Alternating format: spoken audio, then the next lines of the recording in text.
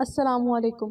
اس قسط کے آغاز میں جنگل میں دکھایا جاتا ہے جہاں ایک مقام پر ارکبوکا بیٹھا ہوتا ہے۔ سیما خاتون کے وہاں پہنچنے پر ارکبوکا کا ایک سپاہی اسے ارکبوکا کے پاس لے جاتا ہے۔ ارکبوکا اس سپاہی تانگو کو وہاں سے بھیج دیتا ہے، پھر سیما خاتون سے کہتا ہے، میں نے پہاڑوں پر دھواں دیکھا جب میں آسمان پر دیکھتا مقدس ٹینگری کو۔ میں نے وہ ہڈی کا گودا آگ میں ڈالا اور روحوں سے پوچھا یہ کیا ہے، تو انہوں نے کہا یہ ایک لڑکی کا دکھ ہے جس نے اپنا بھائی کھویا ہے۔ پھر سیما خاتون کی طرف دیکھ کر پوچھتا ہے کیا تم انتقام لینا چاہتی ہو؟ سیما خاتون جواب دیتی ہے میں اپنا انتقام اس طرح لینا چاہتی ہوں جس طرح ہوا آگ کو بھڑکاتی ہے۔ میرے دل میں جو آگ ہے تب بجھے گی جب میں اپنے بھائی کا انتقام لے لوں گی۔ ارکبوکا کہتا ہے میں تمہارے لیے راستہ بنا دوں گا، پریشان مت ہو۔ جس پر سیما خاتون اس سے پوچھتی ہیں تم یہ کیوں کر رہے ہو؟ ارکبوکا جواب دیتا ہے ہم منگول اپنے دوست نہیں بدلتے جو ہم نے راستے میں بنائے ہوتے ہیں۔ الباستی ہمارا سچا دوست تھا، اس کا انتقام لینا ہمارے لیے انا کا مسئلہ ہے، یہ کبھی مت بھولنا۔ سیما خاتون منگول صرف اپنی غیرت کے لیے زندہ رہتے ہیں۔ سیما خاتون سے کہتی ہیں یہ ہم کیسے کریں گے، وہ ہر جگہ ہے، ایرتورل نے ہر دشمن کو تباہ کر رکھا ہوا ہے۔ جس پر ارکبوکا جواب دیتا ہے ایرتورل ایک عام سا سردار ہے جسے کچھ نااہل لوگوں نے سر پر چڑھا رکھا ہے۔ ہم منگولوں نے بہت سے سرداروں کے سر لیے ہیں اور بہت سے بادشاہوں کے بھی۔ ہر کوئی منگولوں کی طاقت جان جائے گا۔ ابھی میں نے کونیا کے کمانڈر کو خبر بھیجی ہے، وہ سوگوت آئے گا اور سب کو بتائے گا کہ منگولوں کی طاقت کیا ہے۔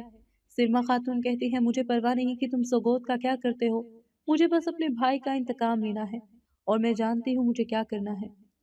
ارکبوکا پوچھتا ہے کیا ہو جو تم جانتی ہو؟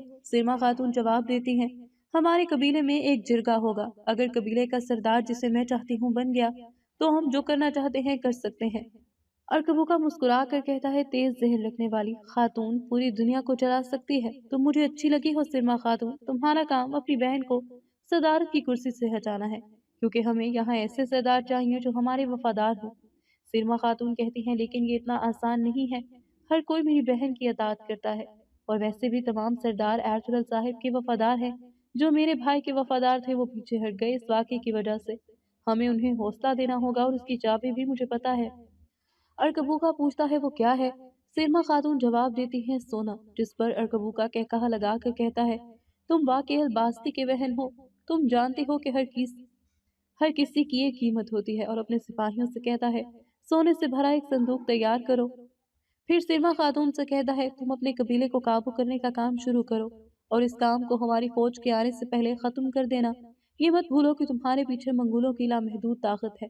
اس کے بعد کائی قبیلے کے سرائے میں دکھایا جاتا ہے جہاں بامسی اور گوندوز بھیس بدل کر کھانا کھانے میں مصروف ہوتے ہیں ان کے سامنے کی میز پر گونگوت بھی بظاہر کھانا کھانے میں مصروف دکھائی دیتے ہیں۔ سپاہی گوندوز وہاں موجود ایک شخص کو دیکھ کر بامسی سے پوچھتے ہیں، جو کہ سب کو کھانا دے رہا ہوتا ہے، یہی وہ جاسوس ہے جس کے بارے میں میرے والد صاحب نے بتایا تھا؟ بامسی تائید کرتے ہیں، ہاں یہی ہے، یہ اپنی مینڈک جیسی شکل کے ساتھ غدار بننا چاہتا ہے۔ اسی دوران دروازے سے ایک سپاہی اس جاسوس کو اشارہ کرتا ہے، جس پر وہ اس کے پیچھے چلا جاتا ہے۔ سپاہی بامسی گوندوز اور گونگوت بھی ان کے پیچھے جاتے ہیں۔ اس کے بعد کائی قبیلے کے مرکزی خیمے میں ایرطغرل، ہائمہ خاتون گندوگدو، سلجان خاتون، البلگائے خاتون ساوجی اور عثمان کو دسترخوان پر بیٹھے ہوئے دکھایا جاتا ہے۔ ایرطغرل کہتے ہیں، یہ قانون ہے، ہر کسی کو اس کا حق ملنا چاہیے کہ اوغوز کا بھی یہی قانون ہے۔ سخی لوگ جنت کا دروازہ کھولتے ہیں، پھر وہ بسم اللہ پڑھ کر کھانے کا آغاز کرتے ہیں۔ ہائمہ خاتون کہتی ہیں، ہم بہت عرصے سے اس طرح خوشی سے مل کر نہیں بیٹھے، ہمارے رب کا شکر ہے۔ ایرطغرل جواب دیتے ہیں، انشاءاللہ جلد ہی ہمارے خیمے میں اور خوشیاں آئیں گی۔ پھر البلگائے خاتون کی طرف دیکھ کر کہتے ہیں، اور ہم ایک ہی چیز چاہتے ہیں، اب وعدہ پورا کرنے کا وقت ہے، ہم مشکل وقت سے گزرے ہیں، اب اور انتظار کرنے کی ضرورت نہیں ہے۔ البلگائے خاتون اس خیمے کی خاتون بنے گی۔ البلگائے مسکرا کر کہتے ہیں، سلیمان شاہ کے خیمے کی خاتون بننا اور ایرطغرل صاحب کی بیوی بننا میرے لیے خوشی کی بات ہے۔ گندوگدو انہیں دعا دیتے ہیں، شادی خوشیاں لے کر آتی ہے، اس شادی سے ہمارے رزق میں اضافہ ہو۔ ہائمہ خاتون کہتی ہیں، تم کائی قبیلے آ رہی ہو اور ہم امرولہ قبیلے کی بیٹی لاتے ہیں، یہ سب ہمارے لیے خوشی کی بات ہے۔ سلجان کہتی ہیں، البلگائے خاتون، تمہارے آنے سے ایرطغرل صاحب کا خیمہ روشن ہو جائے گا، میں خواتین سے کہتی ہوں تیاریاں شروع کریں۔ ایرطغرل صاحب جواب دیتے ہیں، میں بھی ایک اہم کام کے لیے جا رہا ہوں، واپس آنے پر ہم تیاری شروع کریں گے۔ ہائمہ خاتون خوشی سے کہتی ہیں، بہت عرصے سے ہم نے کوئی شادی نہیں دیکھی، جلدی سے واپس آؤ تاکہ ہم تیاریاں شروع کر سکیں۔ اس کے بعد سرائے میں دکھایا جاتا ہے، جہاں وہ سپاہی اور جاسوس ایک کمرے میں داخل ہوتے ہیں۔ بامسی بھی گوندوز اور گونگوت کے ہمراہ اس کمرے میں داخل ہوتے ہیں، مگر وہ کمرہ خالی ہوتا ہے۔ بامسی اس کمرے کی ایک دیوار کو زور سے دھکیلتے ہیں۔ گونگوت پوچھتے ہیں، سالار بامسی، آپ دیوار میں کیا ڈھونڈتے ہیں؟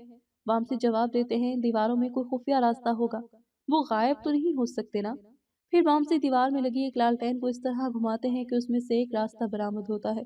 وہ تینوں جلدی سے اس راستے میں اندر داخل ہوتے ہیں۔ اندر وہ سپاہی اور جاسوس موجود ہوتے ہیں، مگر وہ ان تینوں کو اندر آتے ہوئے نہیں دیکھتے۔ ان کی گفتگو جاری ہوتی ہے۔ ارکبوکا کا سپاہی اس جاسوس سے کہتا ہے، یہ خط جلدی سے ہلاکو خان کو بھیجنا ہے، ارکبوکا کا حکم سب سے اہم ہے، کل صبح سے پہلے ہی اسے بھیجنا ہوگا۔ وہ جاسوس جواب دیتا ہے، جاؤ آرام کرو، ہم سب سنبھال لیں گے۔ ارکبوکا نے النچک کی عزت بچائی ہے، وہ ترک ایرطغرل ان سب کے پیچھے تھا۔ جب ارکبوکا کا سپاہی واپس جانے کے لیے مڑتا ہے تو بامسی گوندوز اور گونگوت ان پر حملہ کر کے دونوں کو موت کے گھاٹ اتار دیتے ہیں۔ بامسی جاسوسوں کے کپڑوں سے اس خط کو نکالتے ہیں اور کہتے ہیں، جو معلومات ہمیں چاہیے تھی یہاں ہے، اب وہ معلومات کی جگہ لاشیں بھیج سکتے ہیں۔ اس کے بعد مرکزی خیمے میں ایرطغرل اور البلگائے خاتون کو دکھایا جاتا ہے۔ ایرطغرل البلگائے خاتون سے کہتے ہیں، جب میں اپنے کام سے واپس آؤں گا تو ہم شادی کی تیاریاں شروع کریں گے، لیکن اس کے لیے آپ کو سرداری چھوڑنی ہوگی۔ البلگائے کہتی ہیں، میں نے اس بارے میں سوچا ہے ایرطغرل صاحب، اب میرے والد صاحب سے ملی ہوئی سرداری میں کسی مناسب شخص کے حوالے کروں گی۔ ایرطغرل کہتے ہیں، یہ ٹھیک رہے گا، لیکن یہ کرتے ہوئے احتیاط کیجیے۔ البلگائے خاتون کہتی ہیں، آپ فکر مت کریں، میں نے اس بارے میں سوچ لیا ہے۔ ایرطغرل صاحب کہتے ہیں، ارکبوکا کا خطرہ ابھی بھی ہے، جو آدمی وہ لے کر آیا ہے ان کی مدد سے منگولوں کی حکمرانی یہاں قائم رہے گی۔ البلگائے خاتون حیران ہو کر کہتی ہیں، میں نے نہیں سوچا تھا کہ وہ کچھ کرنے کی جرات کریں گے۔ ایرطغرل ان سے پوچھتے ہیں، اور سیما خاتون، وہ کیا سوچتی ہیں؟ البلگائے جواب دیتی ہیں، میں نے اسے صحیح سبق دیا ہے، وہ مجھے بتائے بغیر کچھ نہیں کرے گی، وہ جانتی ہے کہ اسے دوسرا موقع نہیں ملے گا۔ ایرطغرل صاحب کہتے ہیں، جو لوگ سرداری چاہتے ہیں آپ ان کی فکر مت کریں۔ البلگائے، جو کوئی سردار آپ کے قریب ہے اس کو امیدوار بنا لیں اور جرگے میں اس کا ساتھ دیں۔ البلگائے خاتون کہتی ہیں، میرے ذہن میں ایک شخص ہے، میں جلد ہی اس سے بات کروں گی۔ اس کے بعد امرولہ قبیلے میں سیما خاتون کو مرکزی خیمے میں تاشکون سردار کے ساتھ دکھایا جاتا ہے۔ سیما خاتون کہتی ہیں، تم جانتے ہو میری بہن کائی قبیلے کی دلہن بنے گی اور نئے سردار کو متعین کرنے کے لیے جرگہ بیٹھے گا۔